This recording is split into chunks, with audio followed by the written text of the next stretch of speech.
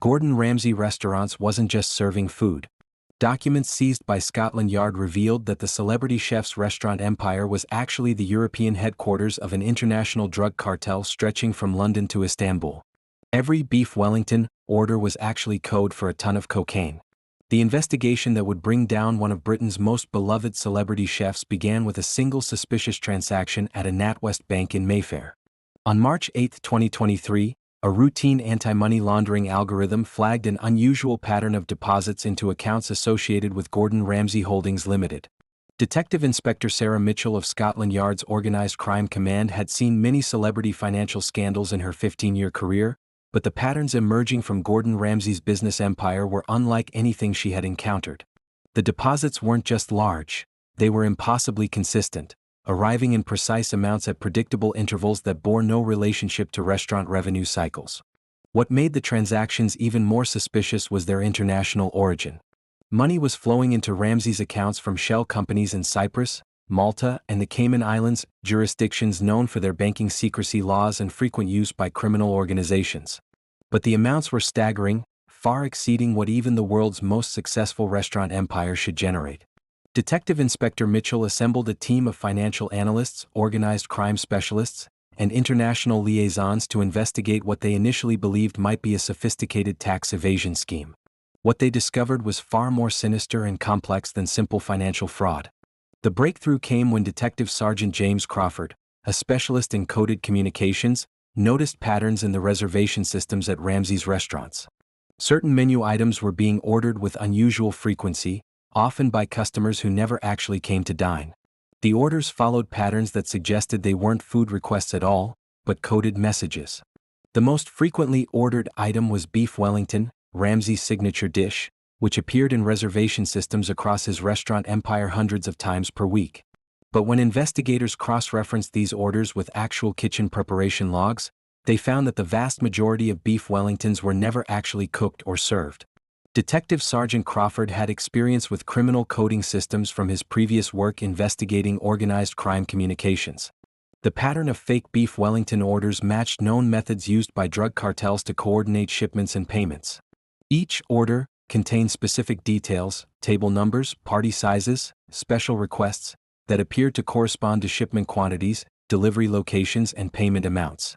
Working with specialists from the National Crime Agency, the Scotland Yard team began monitoring the restaurant reservation systems in real time.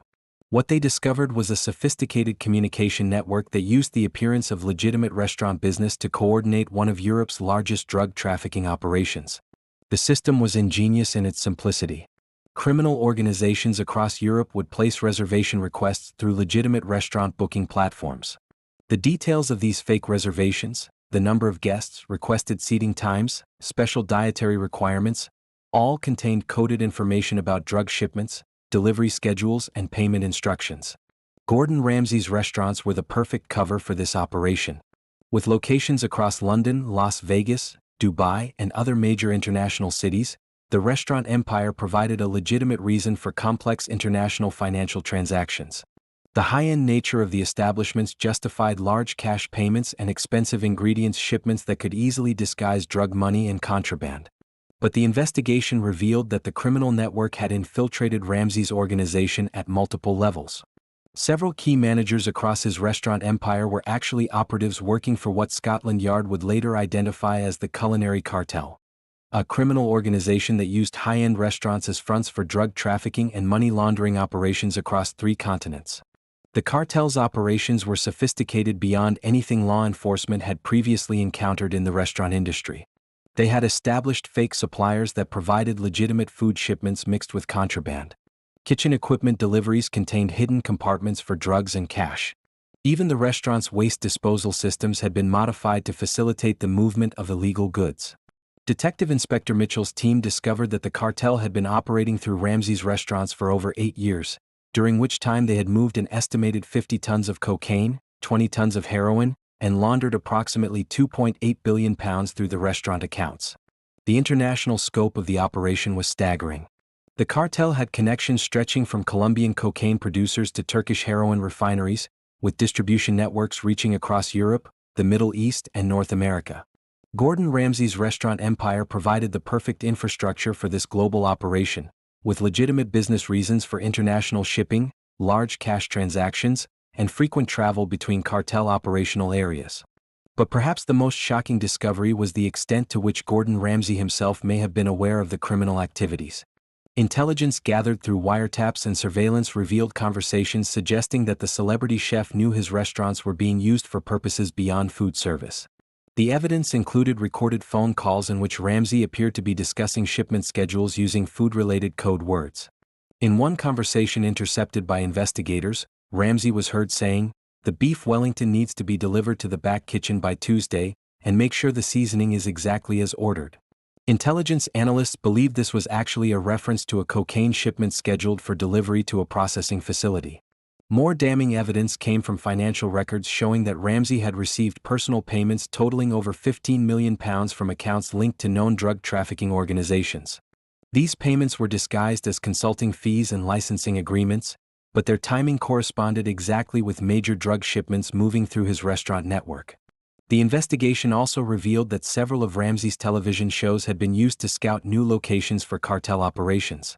Kitchen Nightmares, the show where Ramsay helped failing restaurants, was actually being used to identify restaurants that could be acquired cheaply and converted into cartel distribution points. The show's production team included individuals with connections to organized crime, who used their access to evaluate potential locations for criminal activities. The cartel's influence extended into Ramsay's media empire as well.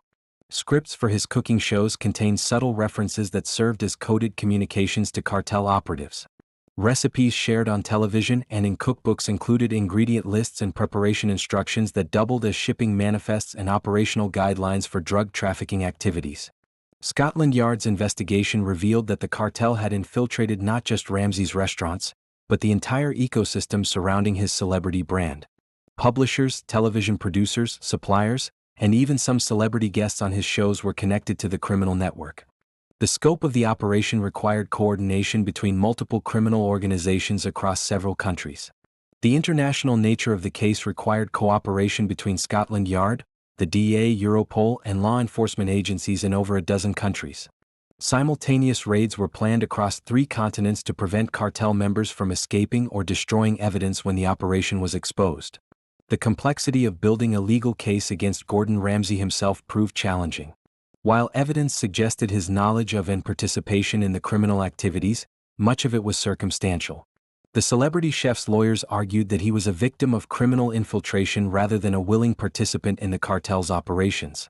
However, additional evidence emerged that strengthened the case against Ramsay.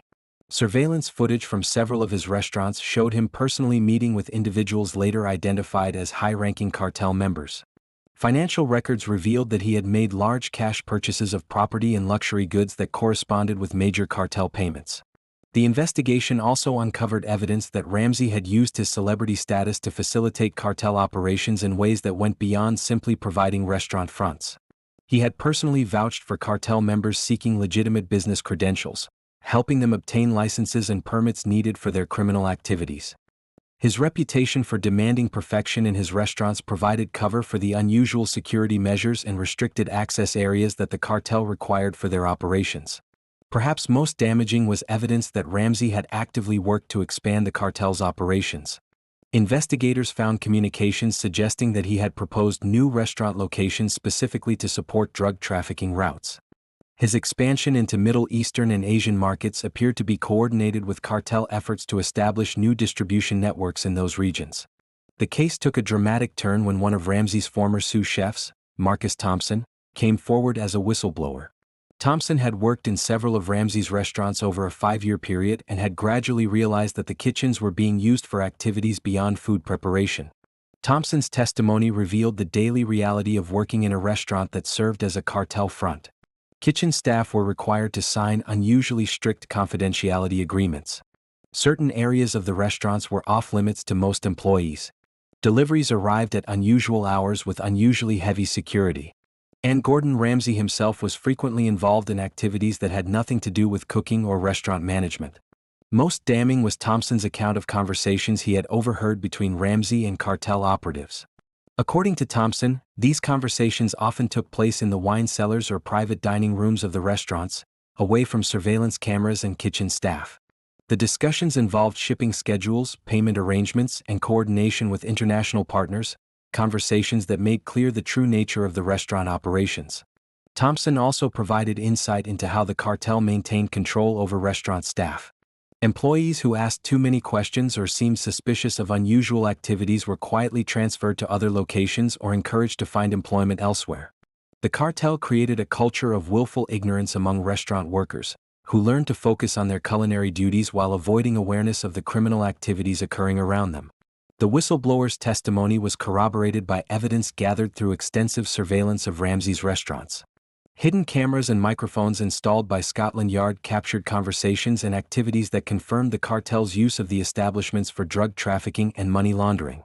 As the investigation neared its conclusion, Scotland Yard faced the challenge of arresting one of Britain's most recognizable celebrities without alerting the international cartel network to the impending operation.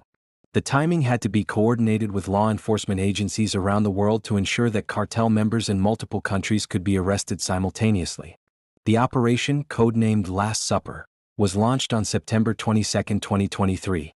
Coordinated raids were conducted at Gordon Ramsay restaurants in London, New York, Las Vegas, Dubai, and Singapore. Simultaneously, arrest warrants were executed for cartel members in Colombia, Turkey, Italy, and several other countries. Gordon Ramsay was arrested at his Hell's Kitchen restaurant in London at 6:30 a.m., just as the morning prep shift was beginning. The arrest was deliberately timed to minimize media attention and prevent panic among restaurant patrons and staff. However, the news of his arrest spread rapidly across social media and international news networks. The evidence seized during the raids was overwhelming.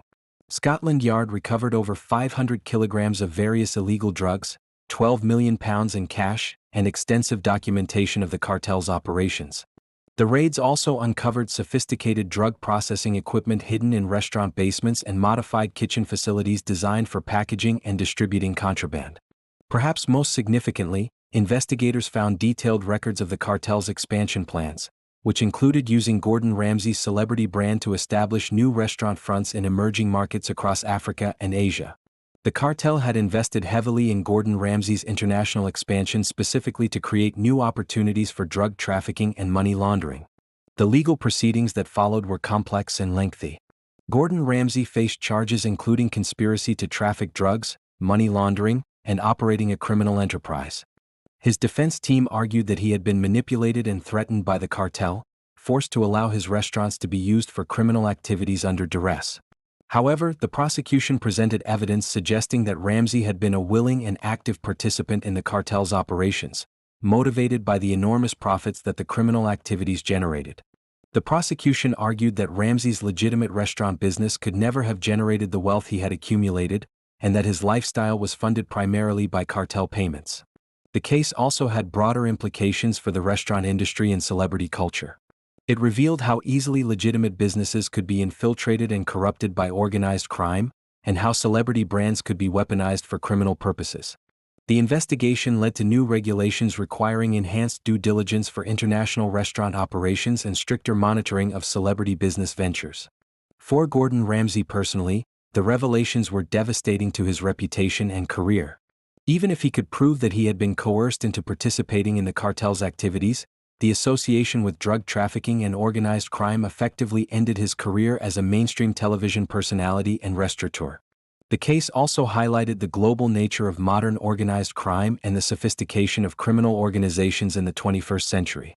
The culinary cartel had created a criminal enterprise that operated across multiple continents, used cutting-edge technology and communication systems, and successfully infiltrated legitimate industries for nearly a decade.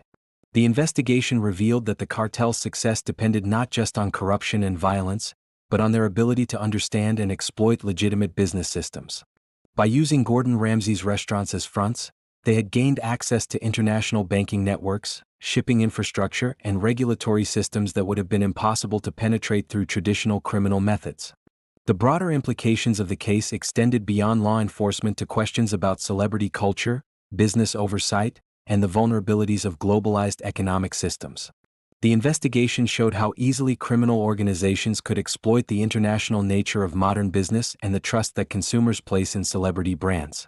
For law enforcement agencies around the world, The Gordon Ramsay case became a template for understanding how organized crime adapts to modern economic and cultural systems.